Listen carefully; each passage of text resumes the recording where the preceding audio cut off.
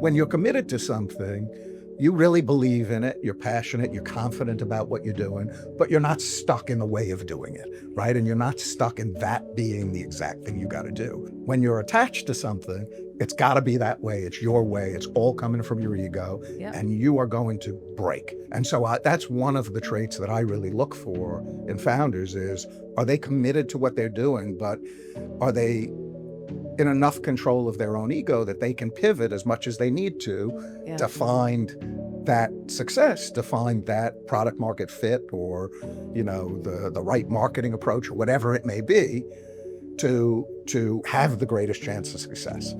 And you'll also find with people who are really attached to what they're doing, they're very difficult to work with. Very difficult to work with.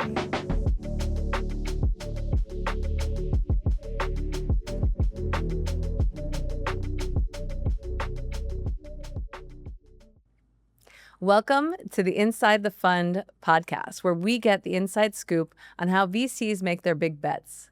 After our episode with Sumit Shah of VHS Ventures, we decided to spin off a new segment where we can do a deep dive on venture capital and find out what it's like to be on the other side of the table. Let us know what you think and leave any questions in the comments. I'm Helena Fogarty. I'm a fundraising expert who helps startups raise their seed and Series A rounds. And today, I'm joined by Josh Schwetterman of Papa Bear Ventures. The early stages of any new venture is a heart-stopping trek.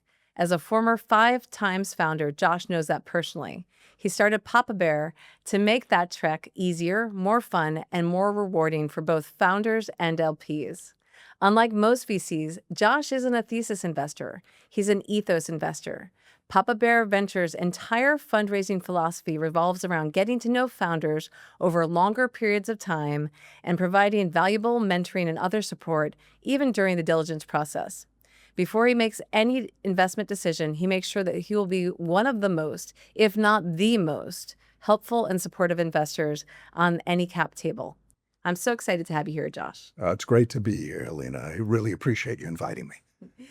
I'd love to just kind of go back in time and understand how you got into investing. Sure, absolutely. Well, let me go way back. So I've been an entrepreneur since I was a kid, literally. I grew up in an entrepreneurial family. I had my first entrepreneurial business when I was a freshman at Cornell, and it was in the tech space, but not what we would consider tech today. Yeah. And, then when I got out of school, I think over a period of the first 18 years, I worked for other people, maybe 2 years of that period.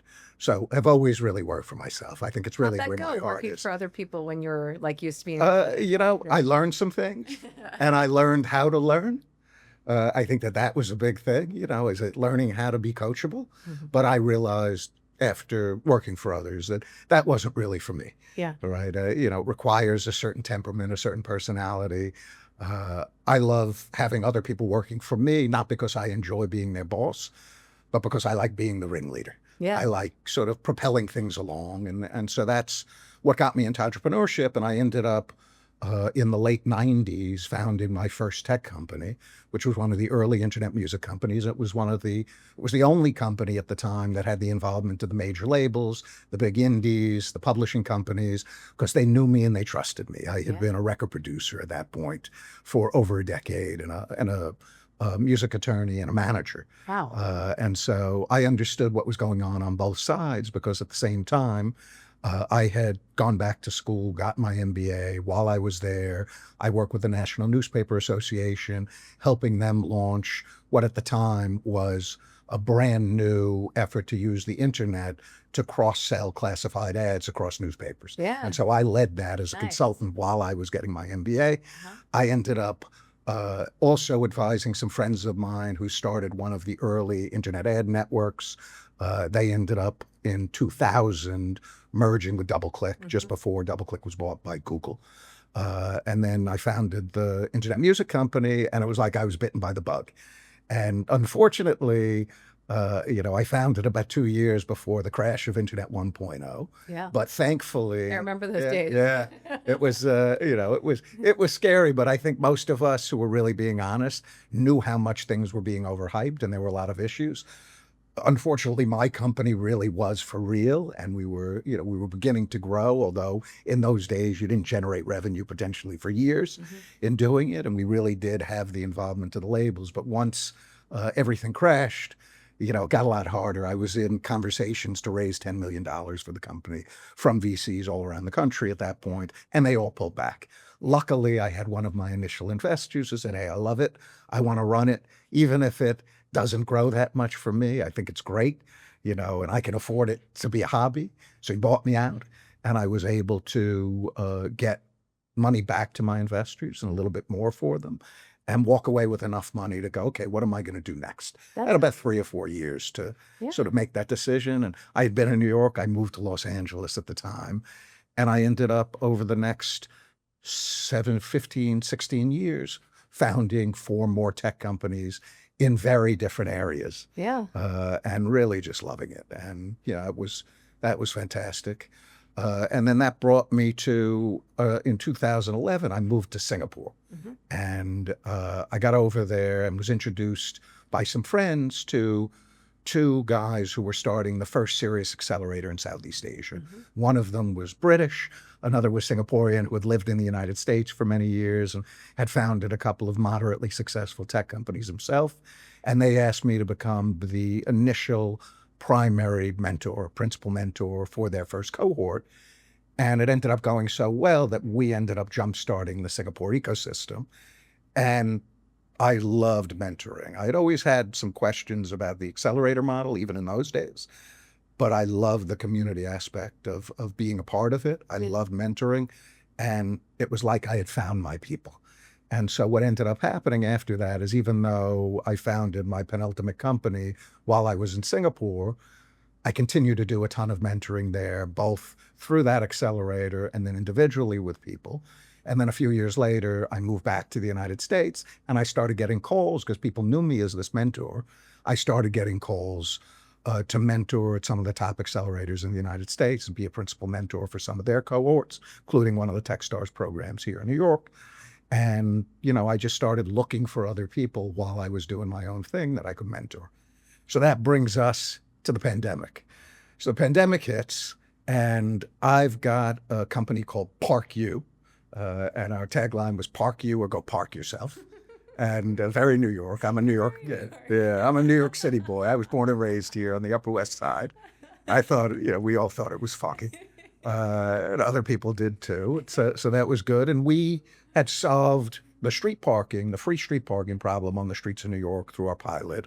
And we were going to do it throughout New York and in 40 other cities around the world that had this problem. The pandemic hits, and people stop moving their cars. And so we're in a situation where it's like, okay, I got to put this thing on hiatus for the time being. And I had actually been thinking about starting a fund. And I was going to start just a traditional blind pool fund, and it was going to be focused heavily on New York because I felt there weren't enough investors here, really focused on doing things that were innovative. And this was, remember, 2020, so this was 5 years ago. Anyway, I ended up not doing it right then. I got into conversations just before the pandemic. The pandemic hits, and of course, everybody pulls back at that point. And so I spent really the first year or so of the pandemic mostly supporting and mentoring my family and my friends and my existing mentees. And while that was going on, one of the companies that I had mentored in Singapore ended up selling to Intuit for several $100 billion.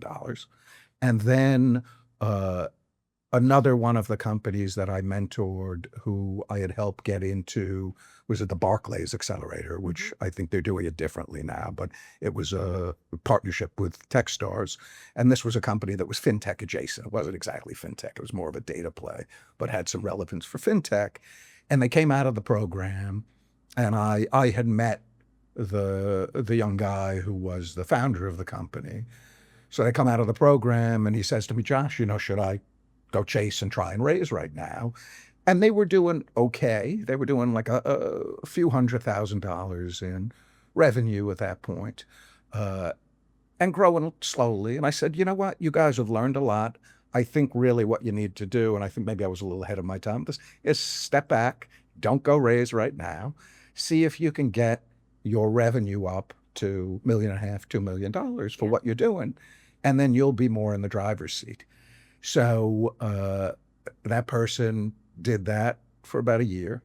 In the meantime, I've got another company, somebody that I'm mentoring who had gone through, and I didn't meet these people through Techstars, by the way. It's just a funny thing how the world works that way. Another company that was focused, called Game On, and they were focused on providing predictive gaming for non-gamblers, right? So it was going to be sponsored. So, essentially you could go on and gamble like you were gambling on one of the gambling sites. But instead of having to pay money in, it was sponsored and you could win cash prizes and other types of prizes. So this was their idea. They had raised about $1 million, but they were now down to like under 200,000 at that point. Yeah. The pandemic hits, all the sports goes away. And the person who was running it was pretty worried because he had a deal with Comcast to go into a whole bunch of bars and on a bunch of their users' phones with this. And the deal gets put on hiatus. And he's going, what am I going to do? I don't know when sports are going to come back. And so the first thing I did was, and I like to do this, I mentored him and I sort of walked him back from the ledge, right? Because he was really stressed. And I said, look, let's figure out how to reduce your burn to as little as possible. He didn't have a big team at that point. And then we can talk about what else you might be able to do in the meantime. So he takes a couple of weeks to do that. Then we get back together and we start brainstorming. And about 15 minutes into the brainstorm, I say, have you ever thought about using this for reality television? And he goes, no, I never thought about that. 6 months later, he had a pilot deal with the Real Housewives. Wow. That got them a deal, instead of raising from VC, a reverse merger with a Canadian sports holding company and going public on the Canadian Stock Exchange at that point, raising, I think, $10 million to really get themselves rolling. So I had that happen. I had the one that sold to Intuit. And then in like April of 2021, the person who was running the first company I was mentioning, who I met through NYU, and had gone through the Barclays accelerator, comes back to me and he says, hey, we've hit over $1 million in revenue at this point, and I think it's time to go out and raise.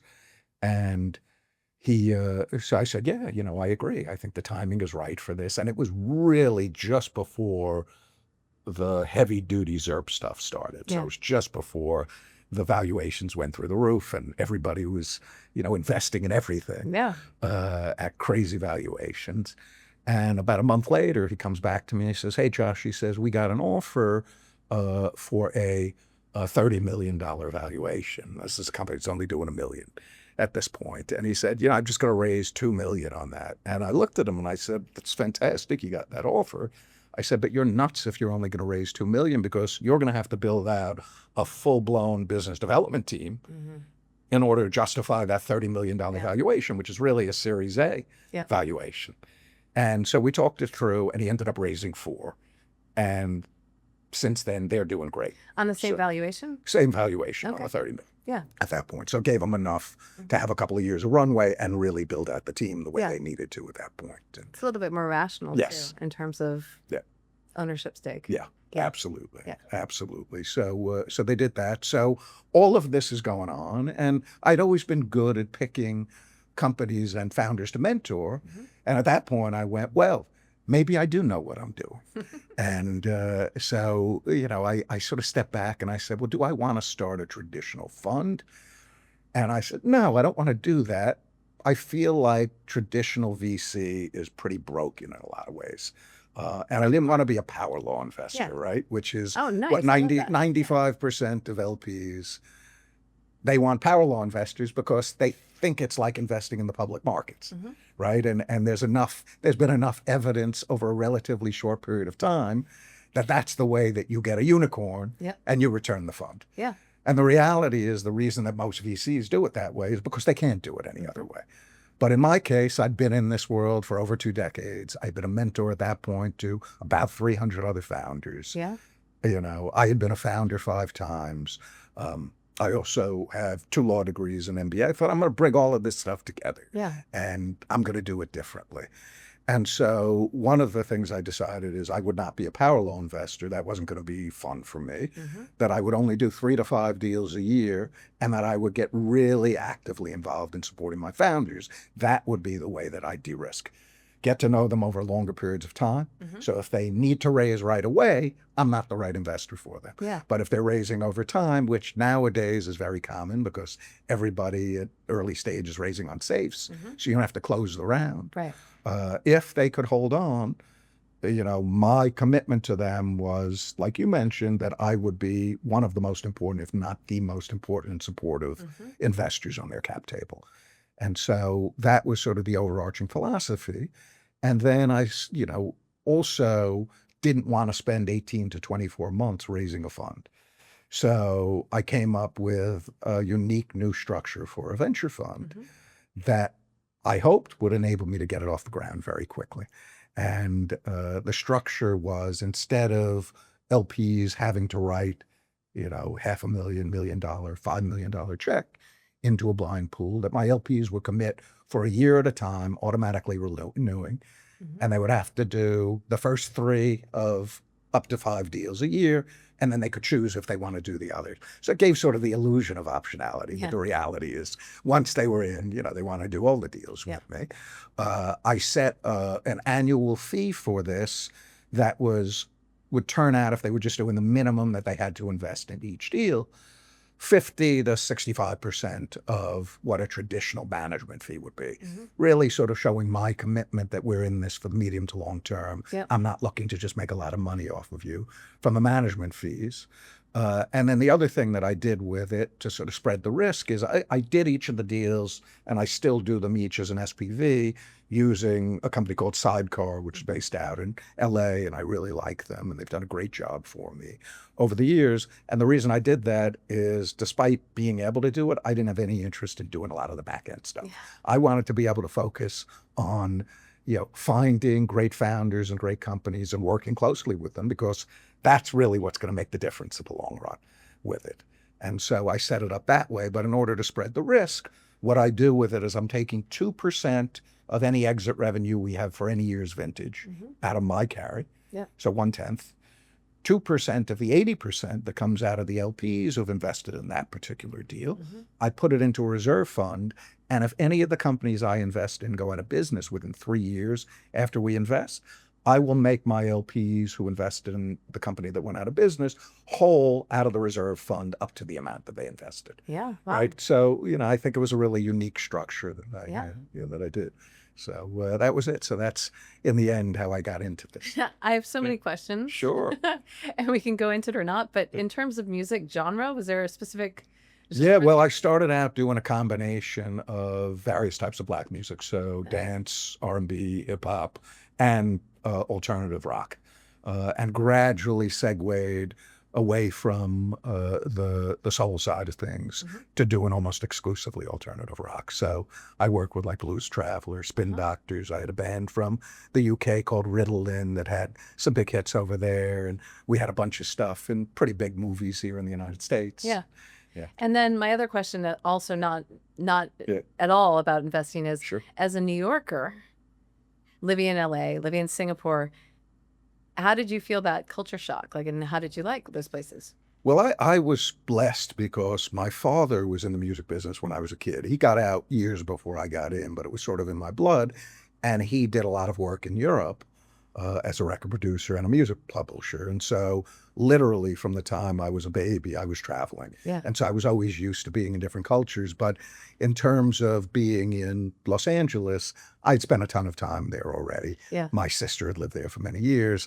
I would go out on business. My oldest and dearest friend, who was my roommate when we were 13, 14, and 15 years old in pre-prep boarding school, who's my best friend to this day, lived out there at the time. And so, I knew LA really well. I'd been going out since the 70s. So that was not a culture shock. By the time I decided to move out there, I was ready to be out there. Yeah. Right. And that was very tag end of 2001. So it was, after the collapse of Internet 1.0 and that particular recession that was going on at that time. So the time it was really time for me to move. And despite the fact that New York is my home, I really felt that the city had changed a lot during the Giuliani era and had become, in some ways, less interesting, but also a lot more tense. Yeah. And I sort of got sick of going out every day and seeing everybody with a frown on their faces, bumping into everyone. The nice thing is that, I feel that's actually changed. Once Giuliani left, I feel, after 9/11, people's attitudes changed a little bit. And so it's still a very intense place. Yeah. But I don't see quite as much anger as I saw before, I guess, is the way that I would describe it. So, yeah. I just, as a backstory, like, I know that you are a triathlete, you were a triathlete. Like, when you talk about bumping into people, it just brings me back to running over the Brooklyn Bridge. Yeah. You just, you're just going. And if you bump into people, you bump into people. Yeah, I don't know. Everybody's just heads down, not worrying about anybody else. I'm not like that. I mean, I've never been like that, but I did a lot of work on myself over the years, and so I'm less like that today. That's amazing. At the same time, though, I've also done enough work not to get as annoyed as I used to get at other people doing it. Yeah. So, I love that's that. the way that I look at it.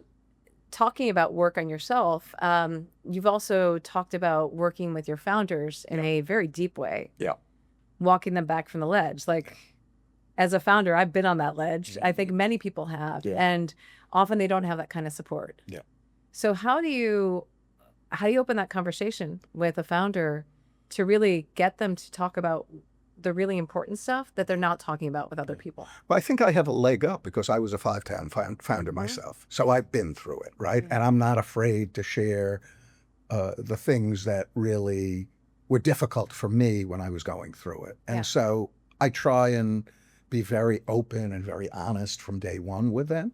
The other thing I do when I'm getting to know founders is, of course, every founder wants to raise money. They want to get that check. But I'm very clear from day one, until I tell you I'm going to write the check, do not assume I'm writing the check. Yeah. Right. And I think that founders really appreciate that because they, excuse my language, they get a lot of bullshit from people on a regular basis about it. And so for me, even if I don't end up writing a check in the end, I still try and be helpful during that period. Right.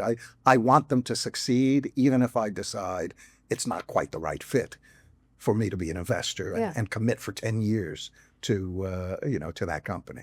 And so I think all of that, being really transparent about how I operate, being very open about the things that I've experienced over the years, and also being straight with the founders, not being afraid to lose a deal. Yeah, it's one of the things for me. I have no FOMO whatsoever. Yeah. And I do my best to be respectful to founders and to speak to them in a way that treats them as human beings, to not undermine their dream, but at the same time to also say things to them that are going to help them move in a direction where they really have a chance of succeeding. Yeah. Right. And so that's how I come at it. And that's how I think the door opens up. And, some founders are more open than others.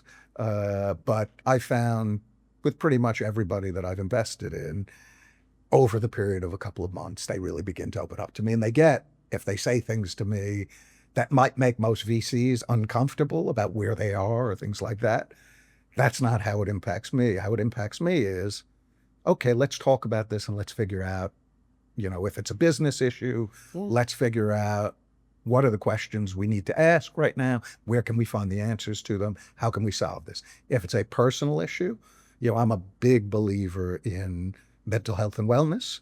And I've told many founders, if I see them getting burnt out or, behaving in ways that isn't really who they are, because I've gotten to know them over a long time, look, you're going to go lie on a beach for 5 days and just take it easy and relax. You trust your team to do what they need to do while you're gone and get your head together. Yeah. And I'm very much a stickler for that kind of thing. It's really important. Yeah. Yeah. I mean, I think it's being talked about more now. Yeah. But it's, you've been a founder, I've been a founder multiple times. Like, there are times when you feel like you can't talk to anybody about what's going on. Yeah. Because of the shame or because the runway is disappearing or whatever it is. So I love the fact that you really go there. Yeah. It's a tremendous service. Yeah. And it may be even, and a lot of times it's not even business stuff. You may have something going on in your personal life that's blocking you. And so it's really important to be as empathetic, Yeah. for me at least, to be as empathetic as possible. There can be a point where, the founder is using it as an excuse, Yeah. at which point, I can be brutally honest if I need to be. Uh-huh. But most of the time that doesn't occur. I mean, I'm really able to have conversations where they open up and hopefully I help lift the weight off their shoulders, Yeah. long enough for them to get back on track. Yeah. So, yeah. No, I love it. Even just having the space to air some of those things helps. Having someone tell you to take a rest or breathe Yep, definitely. can definitely help. Yep. And I've run into it. I mean, even recently with a few founders who've had things going on, with their co-founders, not that their co-founders are fighting with them or anything, but they're nervous about where the company's going because, as you know, having been a founder yourself, I mean, it's up and down every day. Yeah. And so, you got to be able to deal with those. I mean, 1 second, everything's great. And the next second, you just lost a major client. Yep. Or you had a term sheet from a VC and they pulled the term sheet, whatever it may be. And you've got to be able to get through those things. And I think one of the problems that a lot of founders have is they make those setbacks really about themselves, Mm-hmm. right? And like somehow they failed in that. Now, there may be something that happened that they did that had some impact on it, but most of the time that's not the case. Yeah. It's easy to sort of get stuck in your own myopic world, thinking it's all because of you. The success is all because of you. The failure is all because of you. But you got other people surrounding you. You got other people making decisions based on their needs, Yeah. or their fears or whatever it may be. And I find the most powerful founders, the ones who are really great and resilient, are the ones who actually get that, Yeah. right? Like they are accountable for Yeah. themselves and their business and how they are, but they also get that there are some things that they can't control. Mm-hmm. And so it's just like in life, if you're able to roll with those, it's a lot easier to actually go on, be committed to what you're doing, but not attached. Yeah. And I don't know if you've heard that sort of difference between commitment and attachment before. Do you know that? I have, but tell me. Yeah. So when you're committed to something, you really believe in it, you're passionate, you're confident about what you're doing, but you're not stuck in the way of doing it, right? And you're not stuck in that being the exact thing you got to do. When you're attached to something, it's got to be that way. It's your way. It's all coming from your ego, Yeah. and you are going to break most of the time. And so that's one of the traits that I really look for in founders is, are they committed to what they're doing, but are they in enough control of their own ego that they can pivot as much as they need to find that success, to find that product market fit or, the right marketing approach or whatever it may be to have the greatest chance of success. And you'll also find with people who are really attached to what they're doing, they're very difficult to work with, very difficult to work with. Right. And I talk, and we may talk a little bit as we get into this about the traits that I look for in founders.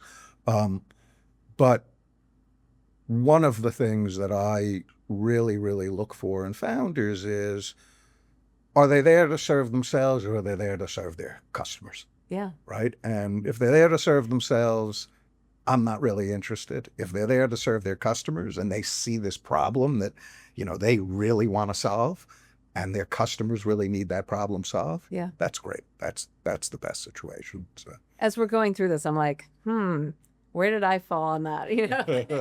Because I think we can all learn from that. It happens. And I think when you're a first-time founder, especially, right, you make a lot of those mistakes. Yeah. You also see that the media tends to lionize people like Steve Jobs and Mark Zuckerberg, who, are sort of known for being jerks, and they're outliers. I mean, you don't hear about the 99.5% of founders who are actually, they got their nose to the grindstone. They're doing their thing. They're supporting their teams. They're not people who antagonize other people, and they don't think that everything that comes out of their mouth is right. Yeah. Right. And you are going to have much more chance of success if you come at it that way, in my opinion, than if you come at it with, I see things that nobody else sees, and I'm going to make this happen. So, that's the way that I look. I'm a little torn on whether to go right into the founder traits right now or go into kind of what it took to raise your own fund. I mean, I'm happy to talk about that. That's so. As I mentioned, I decided not to do a traditional blind pool fund. Yeah. So what I wanted to get it off the ground in like 3 or 4 months. That was the idea behind it. And that's why I came up with the structure. And I didn't come out of the world of finance, so I didn't have a lot of family office relationships or heavy duty relationships with people from hedge funds who could write $1 million checks. But I did have a very, very strong professional network and a strong network within the founder community. And so I wanted to set this up so that I could accommodate traditional LPs, but also accommodate people who would never have had an opportunity before to get involved in high-end early-stage investing. And as I mentioned with the structure, I wanted to set it up so that I mitigated the downside risk for them. So it made it a lot more appealing. So, we're talking professionals like doctors and lawyers, founders who've had some modest success, anybody who's an accredited investor, basically. And that's about 30 million people in the United States. And it's actually going to grow now because they're shifting the accredited investor definition to include people who are knowledgeable in the space. So it's not going to be exclusively about money going forward. So that's probably going to push it up to 50 or 60 million people who can legally invest in funds, who can legally invest directly into startups with only a modicum of limitation on it at that point. But I wanted to make this available now. And so that was why I created the structure. And I did it. I got it off the ground in 3 months. And I started making investments. It was, I launched in August of 2021 to start bringing in LPs. We made our first investment in October. And so, it went that way. And that was it. That being said,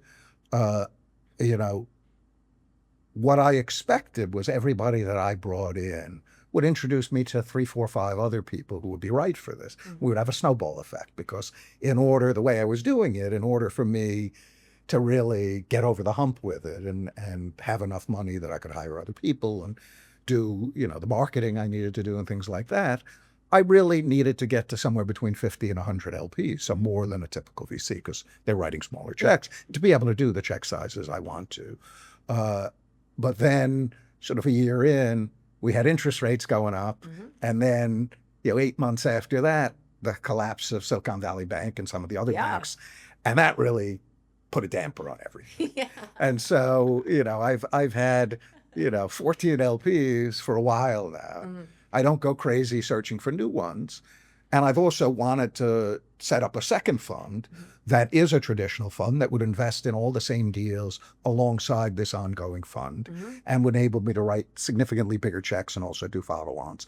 Because of the environment, I haven't done that up to this point, right? I focused on what I've been doing with the existing fund. So thank you for taking us through that. That makes a lot of sense. I mean, it's so funny when we look back from May 2022 when everything kind of dropped out. And then you bring up Silicon, like so much has happened. I think a lot of it I was mentioning about founders having to roll with things, to roll with the punches. It's been the same for me, but I'm lucky because there have been so many people who started funds over the last 4 or 5 years who can't invest anymore. And thankfully, even though I'm not writing as big checks as I'd like to be writing, I can still write checks. So it's a nice situation to be in. You're not looking for moonshots. No. So what is the timeline on your fund? Do you have the typical 10-year timeline? Or what I shoot for, so I invest what I call early seed, which is essentially, it's got crazy with the definitions and the number of rounds. They don't really mean much now, but I'll give you my definition of early seed. So my definition of early seed is companies that have launched a first version of the product that's a little bit beyond MVP, that have some customers that are generally doing anywhere between 20K MRR up to about $1 million ARR. So sort of what seed used to be 12, 15 years ago when it was really seed, right? So you would raise from friends and family, maybe some angels before that, and then this would be your first round of institutional capital. And that's when I get involved, and that's when I can be most helpful. Prior to, look, I can sit there and ideate with you. I can help you with your product, things like that. But frankly, I want to see from a founder, I'll step back. I know how I was as a founder, and that was I would go out there with very little money and do whatever I could to get to the point where I was generating revenue. Yeah. And it's gotten easier now to do that because it's so much cheaper to get a company off the ground. When I started in the late 90s, it was a minimum of $1 million to build an MVP, Yeah. right? And you didn't have the cloud. I ran for MP3 my music company. I ran a Dell server out of my office on an old DSL line, which was so cool. I mean, it was so cool to have this. Before that, you know, it was T1s and T3s that cost thousands and thousands of dollars a month. And I had my DSL line that was like $1,200 a month or something. And I mean, you get way more with your home cable modem these days than you did with that. But I ran this whole thing off a server. And, you know, server alone cost me like $8,000 or $9,000 to run it. I mean, it was insane. And we were inventing the wheel, basically, not even reinventing. We were inventing the wheel. Now, you know, you have tech stacks that you can build off of. And so, you know, I look at a founder and I want to see a couple of things. I want to see, were they able to persuade other people that their idea is so exciting that those people will get involved either for free or at much less than they would normally pay, right? That's a big signal that there's something there, and that founder will have the time to really give this a shot, right? You know, when a founder comes to me and says, "Oh, I've got to raise the money for development," that's an immediate red flag for me, right? And there are so many people out there who code, and now just in the last couple of years with the no code and low code stuff, you know, you want to build something, you have a vision, you can build a prototype, certainly, and probably an MVP on your own. Just, you're going to have to put some time in to learn. Yeah. But you do it, you test it out, right? And I always did that. And one of the things that we do as mentors, especially when you're an accelerator, is we always tell founders, even if they've launched already, because most founders make the big mistake, they build before talking to their potential customers. You know, you know that. And so I say, go out and talk to 80 or 100 potential customers and decision makers, right? And you have a structured interview that you do with them, so that you get the information that you need, so you can create a product that these people really want. Yeah. And you know, go out with that. And what percentage of founders do you think do that? Not enough. No, very small. Maybe 1 out of 20. It's literally the key to so much, to revenue, to knowing your customers, and to eventually investors chasing you potentially. Yep. Yeah. It's so important. Yep. So come back again to your question, because I think you asked me 2 questions, I think, there. So come back to the second one. You know. Oh, am I supposed to remember what the second one is? It was about the timeline for your fund, I think. Oh, the timeline for getting it off. Oh, the timeline for how long okay. So, I digressed. I apologize. But so generally, because of where I invest, I'm shooting for about a 6 to 8 year timeline, as opposed to a traditional VC who now is sort of locked into that 10 or even 12-year timeline. But we will see. I mean, I launched the fund in 2021. My TVPI is around 3.5x already, which is pretty good. But there's no DPI yet. So, and I don't expect there to be for another few years. So we will see if I'm right. That's that's the way that I look at it. But so we talked about. I'm sorry, jumping in on. No problem. We talked about what happens when for your LPs, how you make your LPs whole if a company is to fail within 3 years. If a company's not doing well, they're kind of limping along, zombie, right? Is it better for you for them to shut down or to fight and keep going? Well, because of the way I invest, I mean, look, I want the founders to succeed. And I'm still going to be, I don't have any issue when they're struggling, jumping in and sort of trying to help them figure out how to jumpstart it. I think the biggest issue, the way I look at it is, from the time you launch to the time you're really getting some real action, should generally be no more than 2 years, because past 2 years, it's very difficult to keep the morale up. This is one of the reasons I don't invest in companies generally that are more than 2 years old, unless they made a massive pivot and they're really a different company at this point, right? Because I know how I feel with it. And I know how I felt with it, and I've seen it with so many founders that I've mentored. It is so difficult to maintain that energy, right? So that being said, though, if a company is doing okay and they're making money, especially if they've gotten into the black, right? Even if they're not growing, I mean, I still want my founders to do well. And look, you know, the 50, 100,000, $250,000 check I put into them, if I'm not seeing that back, you know, that's sunk cost. I mean, that's, you know, when you invest as a venture capitalist, you know that you're not going to have a big hit with every one of them. But I do, unlike people who play the power law game, try and be successful to a certain extent with every single company that I invest in, right? And I think that I'm in a position to do that. And if you look at Otis AI, the first company I invested in October 2021, you know, they've now raised additional they raised additional capital afterwards on safes, and then they raised their first price rent. Yeah. You know, so they're moving along nicely, and they've gone from when I initially invested around 700,000-800,000. They should hit somewhere between 3 and 4 million in revenue this year. So, you know, not hyper growth, but they're making progress. The second company I invested in, Uptime Health, they've raised both the Series A and Series B. I invested at seed. And by the way, I don't invest above 10 million post. That's the cap that I invest in, which I personally think at the stage I invest is very fair. I think that valuations have gotten way out of whack, starting with Tiger Global and SoftBank going back a few years ago, and then all of the VCs in Silicon Valley feeling like they have to chase those deals as well. And I mean, we're seeing it now again with AI, the craziness with the valuations. You know, at the stage that I invest, the median valuation is already over 15 million again. Yeah. And I mean, to me, that's insanity. You can't get returns good enough to persuade LPs to come in and do this because the risk reward ratio isn't high enough. Right. And so that's why I set it at a 10 million cap. You know, and that's generally for companies that are further along in the revenue on that number and those numbers that I gave you before. Yeah. I'd love to jump into how you evaluate your founders. Sure. And the traits you're looking for. Yep.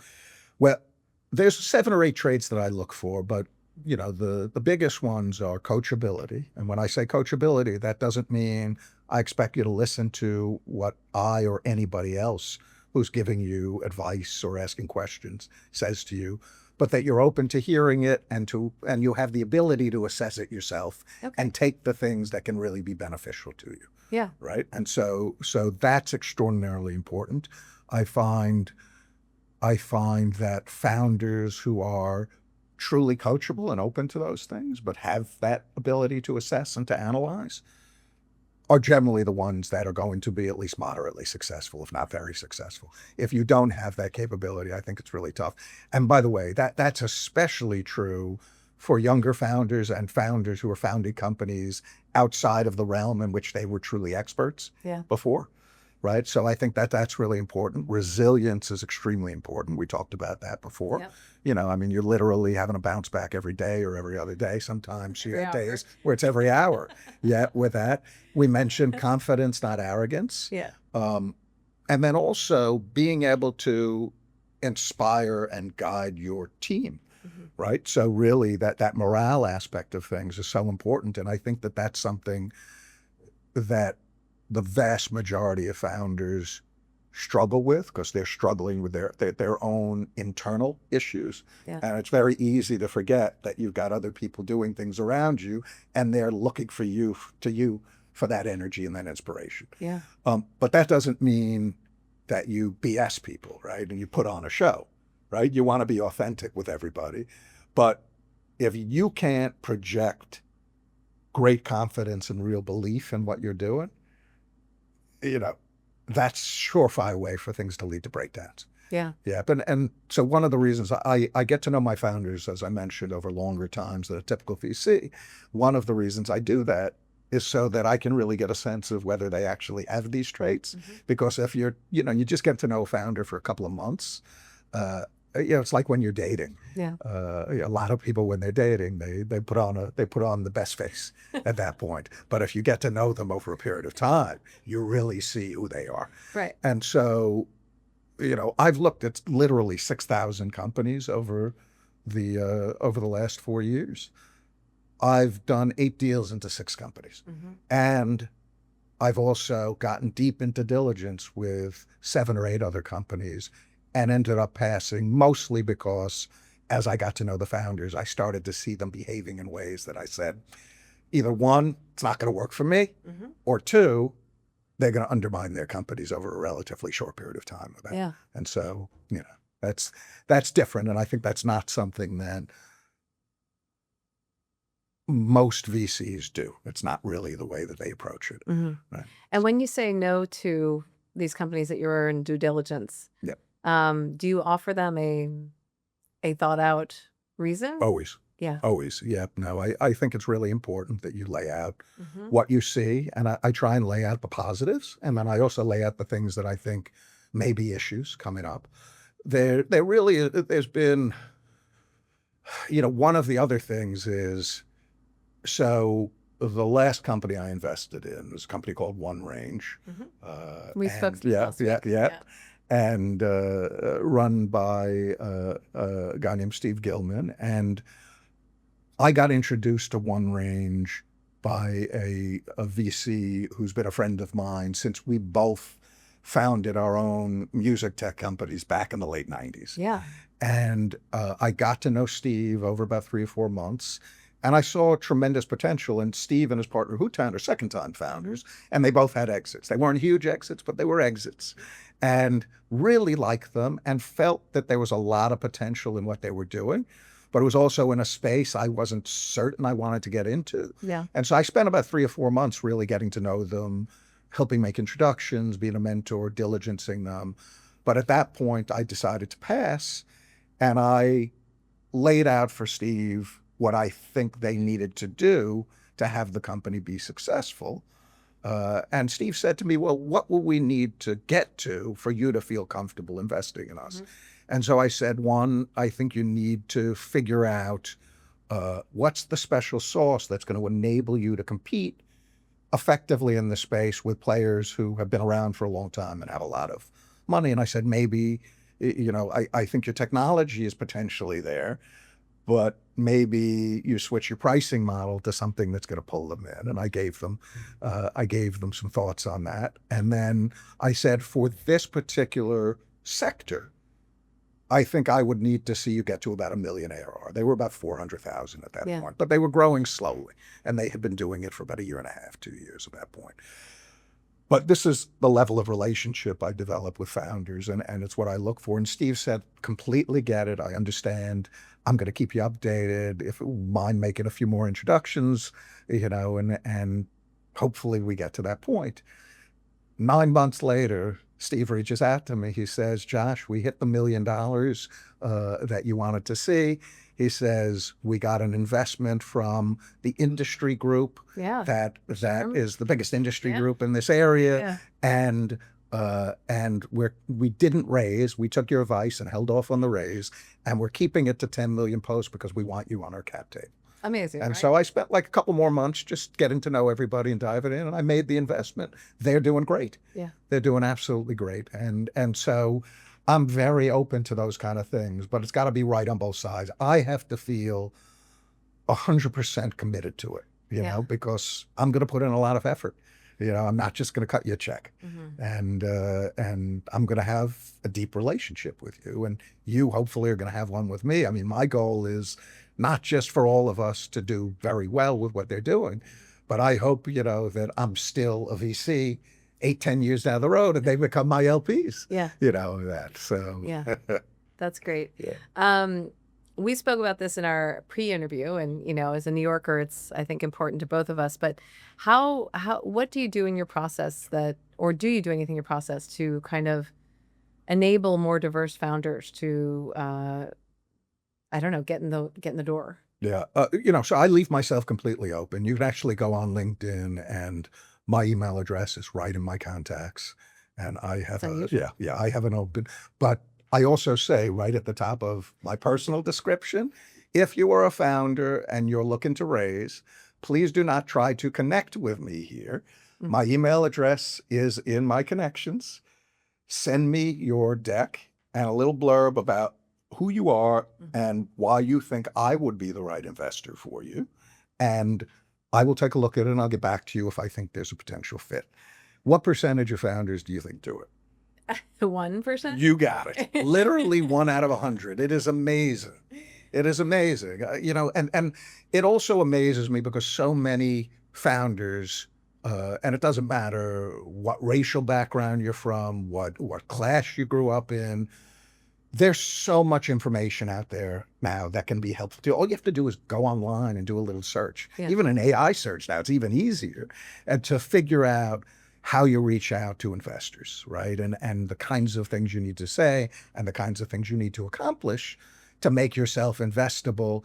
And always, you should be starting with, if you're going to go outside of friends and family, angels. I always say when you're really early on, unless you've already been a multi-time founder, you have relationships, you want to start by raising some money from some angels, right? Enough to get you rolling, enough to get you to that first version. The other thing that I say to founders is, even if you come from poverty, even if you come from a background where you don't have a ton of relationships outside of your local area, you have communities. You have, maybe you have your church, or your synagogue, your mosque. You have the hobbies that you participate in. You have the schools that you went to, right? There are people in those communities that can invest in you, that can be helpful to you. And so I don't care where you are, as I mentioned, you can get an MVP off the ground for almost nothing if you want to put the effort in now. And certainly if you can raise even 15, 20 grand, you can get somebody to help you with it. And so what I say to anybody, is do that. Put your nose to the grindstone, get that basic thing done, show that. And then once that's done, I don't care what your background is, right? Because you're demonstrating to me that you've got the gumption to go out there and make things happen. Right? And I leave myself completely open to everybody. I talk to women founders all the time. I talk to underserved minority founders all the time. I've invested in some, and I grew up here in New York City. My stepmother is African-American. My sister is mixed. I grew up around the jazz and soul industry in the 1960s and 70s. So everybody says they're colorblind. I really am, right? I mean, that's just the reality. That's the life I've lived. And I lived in Harlem for 7.5 years as well. I was the only VC actually based there. Yeah, I think what you're saying about this friends and family idea, right? I do hear a lot of people with resistance to that. I didn't come from that kind of background. I don't have that kind of friends and family. But what I have also seen is if you get to a certain spot, enough, like if you move forward with your idea with enough conviction and you're talking about it, those people are available to you in your community because they see what you're doing. Even if they can't give you more than a few $100s or whatever, they can give you something to get you rolling, right? And just do it. And the other thing that demonstrates is that you believe in what you're doing so much, you're willing to put yourself on the line. Right? Because if you're not willing to put yourself on the line, why should I give you money? I'm a fiduciary for my LPs, and I'm putting some of my own money in. Absolutely. I want to see you believe in this so much that you're willing to, get your aunt and uncle a little pissed off at you. You're willing to talk to everybody. Yeah, absolutely. And make it happen. Yeah. And that's 100%. what it takes. Yeah. I think one of my last questions is, any hot takes you've got or anecdotes about people reaching out to you without boundaries, controversial opinions. Sure. Yep. Well, we were talking a little bit before. We were talking just before we had we sat down together today, and it was about founders reaching out to you, not paying attention to how you say they reach out or at different times. But I think I had mentioned that before. That so many founders just do not take the time to make a list of investors who could really be right for them. And all that information is out there. You can get online. It's actually quite easy to uncover. And, you don't want to just be spraying and praying. And beyond that, when you reach out to them, you need to let them know exactly what it is you're doing very concisely and where you are from a traction standpoint, right? Because it's got to fit what they're doing. And by the way, there are tons of VCs will tell you they are pre-seed and they will invest pre-revenue. Very few of them actually do. There's a big asterisk there. That's why I always say for a second-time founders with an exit. Even a lot of angels won't. Even a lot of angels won't. That's why some friends and family money is so important, to doing it. And then the other thing is once you've got that list, right, and you're writing that letter, let me or any other investor you're reaching out to know why you think we would be a good fit for you. It shows that you took the time to get to know a little bit about us. Yeah. Right. And I will always respond to somebody who does that. Right. But if it's just a canned letter, if it's just some AI written letter, which is 99% of them these days, it goes right into the slush pile. Yeah. You know? So what we were talking about earlier is that, as things get easier to automate, Yeah. the personalization, the time, the work becomes more important. Yeah. And that's exactly it, because we can tell when things are automatically generated, unfortunately. Yeah. Yeah. Or at least written with the assistance of AI. And by the way, it's not just founders. I mean, I have a ton of VC friends and all sorts of people who are floating around the startup world, and we all see them on LinkedIn. I love the posts now, because all the posts are one sentence, then the next sentence, and the next sentence is all as a separate paragraph, right? And why do you think they're doing it? It's because AI and the PR people are telling them this so that they think it's going to show up higher on their, in the algorithm. And it drives me insane. And I do my best not to make a snarky comment on most of them. It's not worth my time. But every once in a while, I can't help myself. You're giving them engagement. Yeah. I'm busted. Last question is, how do you stay healthy mentally, emotionally, and physically when you're working so hard? Yeah. Well, I try and get exercise in. I do a lot of walking. I should be doing a lot more running. I think we've spoken before. I was a triathlete for many years, so it's been a while since then. And at that point, I was in the best shape of my life. And I was a founder during that time period.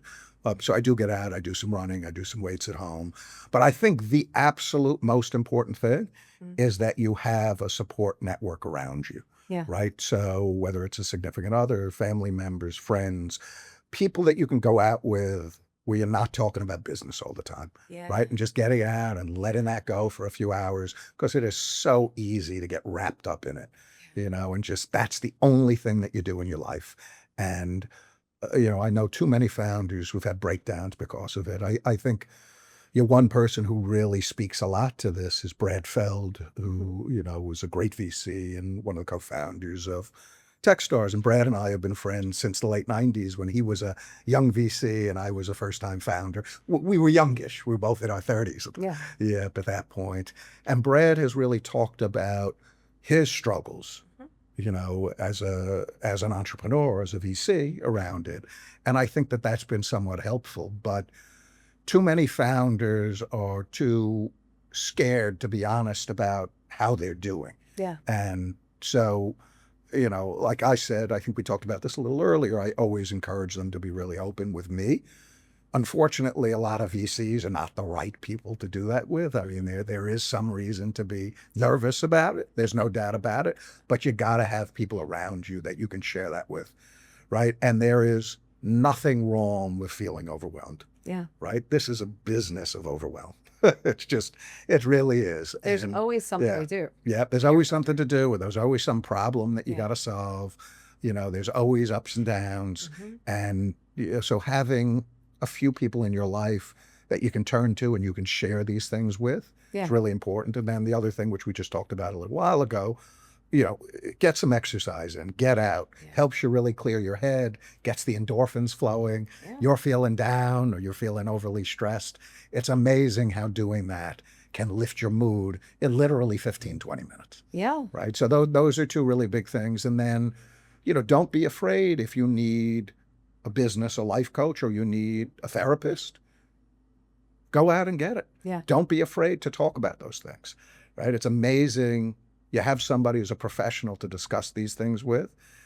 You can feel very easily like the weight lifts off your shoulder. Yeah. But if you carry it with yourself and you're not sharing this with people and you're not getting the compassion you deserve, then, it's going to be really hard to keep yourself on the straight and narrow and be successful. Yeah. I want to just talk about two things. We're shooting this on a Monday when it's 100 degrees out. and we're in a studio where the air conditioning was shut off for this, where we're both getting a little hot. I'm But doing okay. good. I want to make sure. But secondly, I'm glowing, and we're both glowing. that's the plan, right? Yeah. When we talked about friends and family and community, Yes. and investment. When I have people raising from friends and family, Yeah. I do advise that they exclude some people because they want to have people that they can go to and hang out with where they're not having to put up a front that everything's fine. That makes sense. Yeah. So when I raised friends and family, I was very lucky that some of my very good friends did not invest. Yes. And I could go over to their house and hang out in their porch and have a barbecue and not be asked about my business. Yep. So, I think there's you have to pick and choose who your investors are and who your support group is. That is very true. I mean, I'm lucky because some of my LPs are very good, very old friends of mine. But I have such a trusting relationship with them that we hang out and don't talk about business. I mean, I'll always give them a quick update or whatever, but they don't care. Their attitude is, Josh, we trust you, go run with it. And it's nice. So you really want, if you're going to raise from friends and family, you want to raise from those kind of friends and family. And also, I think it's really important that you're clear that you really believe in what you're doing. Yeah. But there's a chance you could lose all the money. Oh, God. Right? Yes. You have to be upfront with people. You have to have that conversation. Yeah, you have to, and say that there's no guarantee. You got to say 1 out of 10 startups, even has a modest exit. 1 out of 100 has a big exit. Yeah. Right. But I believe in this. I think we can get there. But, can you afford to lose this if it doesn't happen? Exactly. And not be mad at me. Yeah. Right. That's it. And by the way, even when you do that, there are some people who will yes you. And you'll find out if it doesn't work out, if, the business fails or isn't successful, they may be a little peeved at you. Yeah. But that's something that you have to accept and you have to deal with if you're going to be an entrepreneur, if you're going to be a tech founder. And if you're lucky, even if things go the wrong way, you'll have those investors come back to you and say, I'd invest in the next thing. Yep. I have LPs in my fund who invested in prior businesses I had that did not succeed. Yeah. Right. Because I built that level of trust. They know that I will do everything that I possibly can to make it successful. Yeah. And that I'll only stop when I go, time's up. On it. And that's one last thing I want to say to founders when we're talking is most startups fail.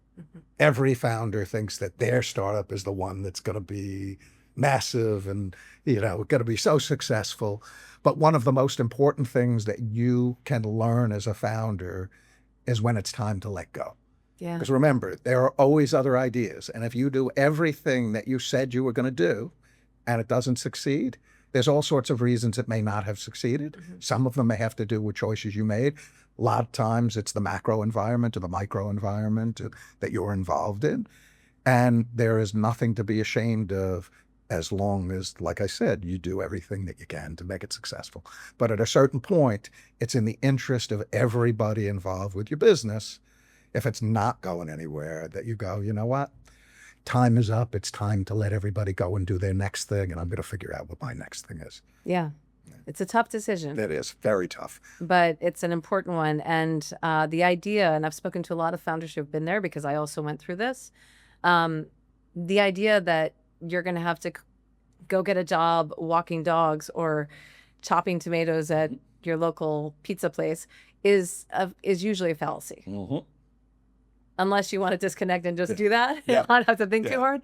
But when I had to shut down a startup, I got hired 3 weeks later to run a VC-backed startup. Yeah, there's a ton of opportunities. Because of the work I had done. And that's especially true, if you are like in your late 20s and 30s, very much so with that, your prime hiring age at that point.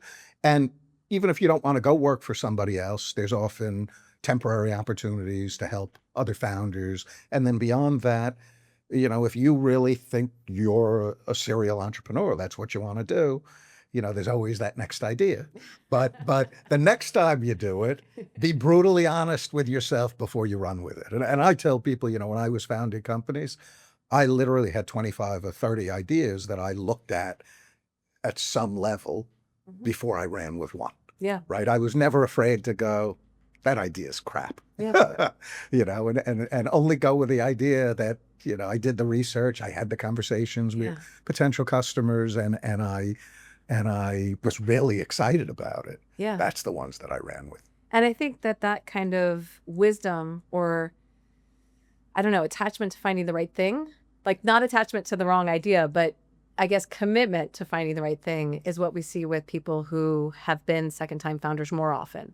Because Steve Gilman was talking about that in our conversation, how he was committed to the co-founder, he was committed to starting something new, and they spent a lot of time workshopping the idea and running it by potential investors and customers to see if it was the right thing. Yeah, absolutely. And then, like I mentioned, after I had the conversation with him, they made some pivots. They came up with some other ideas, and they did that. And so, that's the mark of a really good founder. Yeah. And they are going to be very successful. I mean, I'm seeing it already with how they're exploding, and they're taking business away from major competitors on it. So it's exciting. I will leave with one last thing. It's sort of a hot take. And that is generative AI is not the end all and be all. And in fact, I actually don't invest in companies that are primarily built on top of the LLMs. Yeah. I invest almost exclusively in traditional AI driven, so machine learning driven, owned IP, your own smaller models that are focused, B2B platforms, marketplaces, tools, infrastructure. I never chase anything that's hyped. Yeah. I'm not a fan of crypto. I'm a total skeptic of crypto and blockchain. Same with generative AI. I think down the road there will be AGI. I don't personally think the generative AI is the route to it. Yeah. And I think that all this money that's being dumped into it is mostly going to go up in flames in the next couple of years. Yeah. That's my feeling about it. So, anybody who's interested in talking to me, I'm more than happy to discuss that more deeply. And if you're doing something that is machine learning driven and you're really solving a problem for a particular business, whether it be vertical or horizontal, I'm always open to hearing from you. Excellent. Thank you. Well, thank you. This was really a lot of fun.